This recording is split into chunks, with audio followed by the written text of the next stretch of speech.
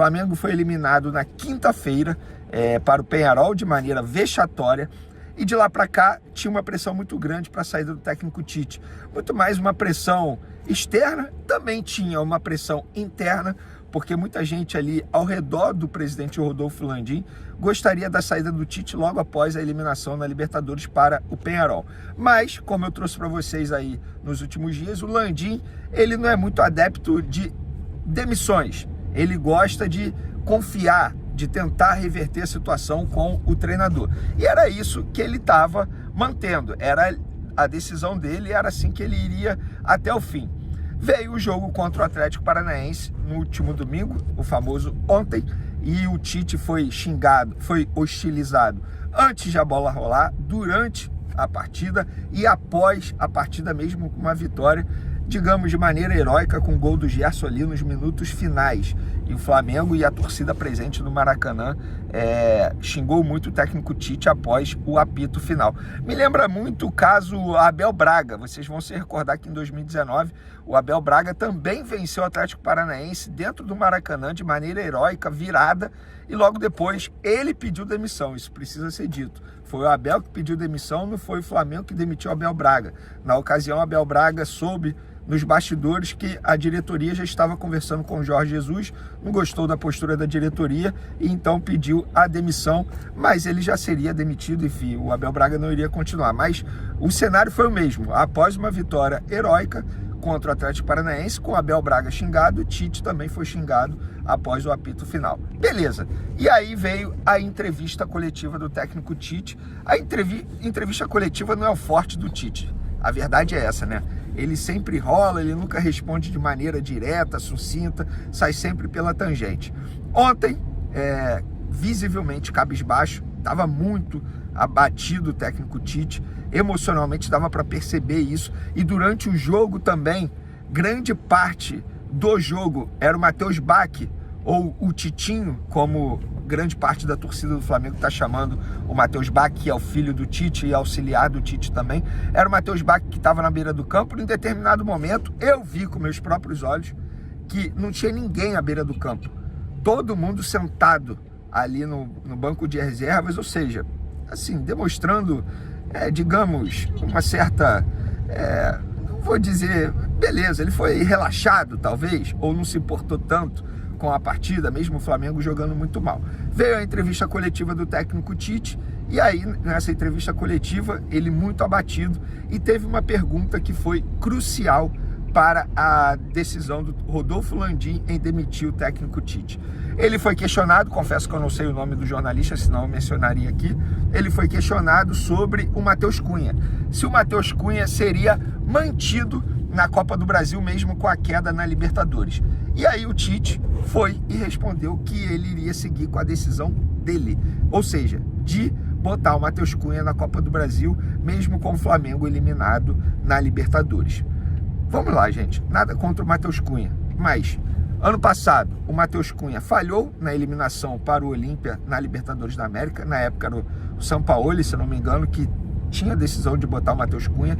Ele falhou na final da Copa do Brasil contra o São Paulo. Também, isso precisa ser dito, tá? E falhou recentemente em 2 gols que o Flamengo sofreu para o Grêmio, numa derrota para o Grêmio lá em Porto Alegre. Então, o Tite foi questionado sobre isso. Vale mencionar que a diretoria do Flamengo fez um esforço absurdo para trazer o goleiro Rossi. Foi até a Argentina, o goleiro para ser o titular, um goleiro que tem uma experiência absurda. E lembrando que a Copa do Brasil se tornou prioridade para a diretoria do Flamengo nesse restante de temporada. Quando o Tite disse aquilo, que iria manter o Matheus Cunha, sim, que essa era a decisão dele, acabou a coletiva logo depois. E até um bastidor para vocês, uma pessoa da diretoria do Flamengo, não é do departamento de futebol, mas é da diretoria, uma pessoa grande, vou dar a letra, é um VP, um vice-presidente, me mandou mensagem com um print da minha postagem no Instagram com a declaração do técnico Tite. Me mandou o print e falou: Vene, ele disse isso mesmo? Porque eu não acompanhei a entrevista coletiva. Aí eu fui e respondi: sim, ele disse sim. Fiquei até assim, eu falei: meu Deus, será que eu ouvi errado? E, assim, fui até rever a entrevista coletiva para ver se de fato eu tinha colocado alguma palavra errada. E não, Eu botei exatamente o que o técnico Tite disse. Beleza. A partir daí eu estranhei. Ou seja, se essa pessoa da diretoria do Flamengo estranhou, é porque algo estava errado. E aí, beleza. Hoje, 7h30 da manhã, veio o comunicado oficial do Flamengo da demissão do técnico Tite. E aí eu fui apurar o que aconteceu, o que fez o Rodolfo Landim mudar a postura dele, de topar, decidir demitir o Rodolfo Landim, se essa decisão estava tomada antes do jogo contra o Atlético Paranaense. E vamos lá, o que eu apurei. A forma, o dia a dia que o Tite estava trabalhando, muito cabisbaixo, triste até, sofrendo muito com a pressão, na visão da diretoria do Flamengo ele não soube lidar com essa pressão, estava sentindo o golpe, e a gota d'água foi quando ele disse que iria manter o goleiro Matheus Cunha.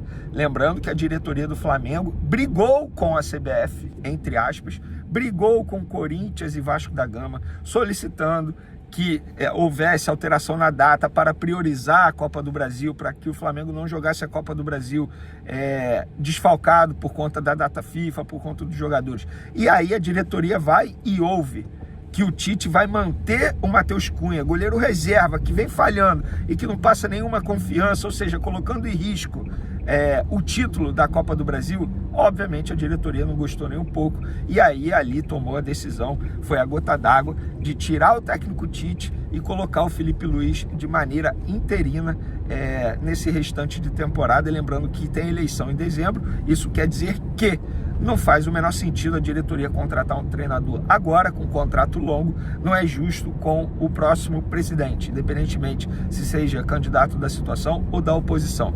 Vender multa rescisória. O que eu apurei é o seguinte: em contrato, o Flamengo precisa pagar 50% do que o Tite tem a receber até o fim da temporada. O contrato dele iria até dezembro. Pelo que eu sei, cerca de 3 milhões de reais, ou seja, uma multa rescisória relativamente baixa, perto daquilo que o Flamengo já pagou para outros treinadores em outras demissões, como Sampaoli, Vitor Pereira, enfim, outros treinadores que foram demitidos. E por falar em treinador não é o forte da gestão Rodolfo Landim, né? O Felipe Luiz será o 11º treinador. Isso mostra que nunca teve um projeto esportivo. A verdade é essa. Rodolfo Landim vai terminar a passagem dele como presidente do Flamengo nesses últimos 6 anos, como começou, sem projeto esportivo. O Jorge Jesus foi um acaso, e quem sabe dos bastidores sabe que foi muito mais dedo do Paulo Pelaipe, que hoje é dirigente do Cruzeiro, que propriamente uma convicção que o Jorge Jesus seria um grande treinador. Eles deram sorte, só que o Jorge Jesus ganhou, depois pediu para sair. Ou seja, muitos treinadores passaram no comando da equipe do Flamengo durante a gestão Rodolfo Landim. Agora eu quero saber de vocês. Vocês acham que a decisão tomada pela diretoria do Flamengo foi correta? Vocês acham que tende a melhorar? A minha opinião é o seguinte: piorar não dava. Eu acho que a demissão deveria ter acontecido já após a eliminação contra o Peñarol. Nem precisaria esperar o jogo contra o Atlético Paranaense. Eu acho que precisa de um fator novo. Qual é esse fator novo? Felipe Luiz. O Gabigol, por exemplo, tem uma relação muito próxima com o Felipe Luiz. Ao menos o Gabigol vai ter mais vontade de fazer acontecer, pelo menos é a minha opinião. Só que o Felipe Luiz precisa ter personalidade. Por exemplo, Arrascaeta e De La Cruz estão merecendo jogar atualmente? Pela questão física, estão merecendo ser titulares? O Felipe Luiz vai ter a casca, vai ter a personalidade de colocar esses dois no banco de reservas, caso seja necessário?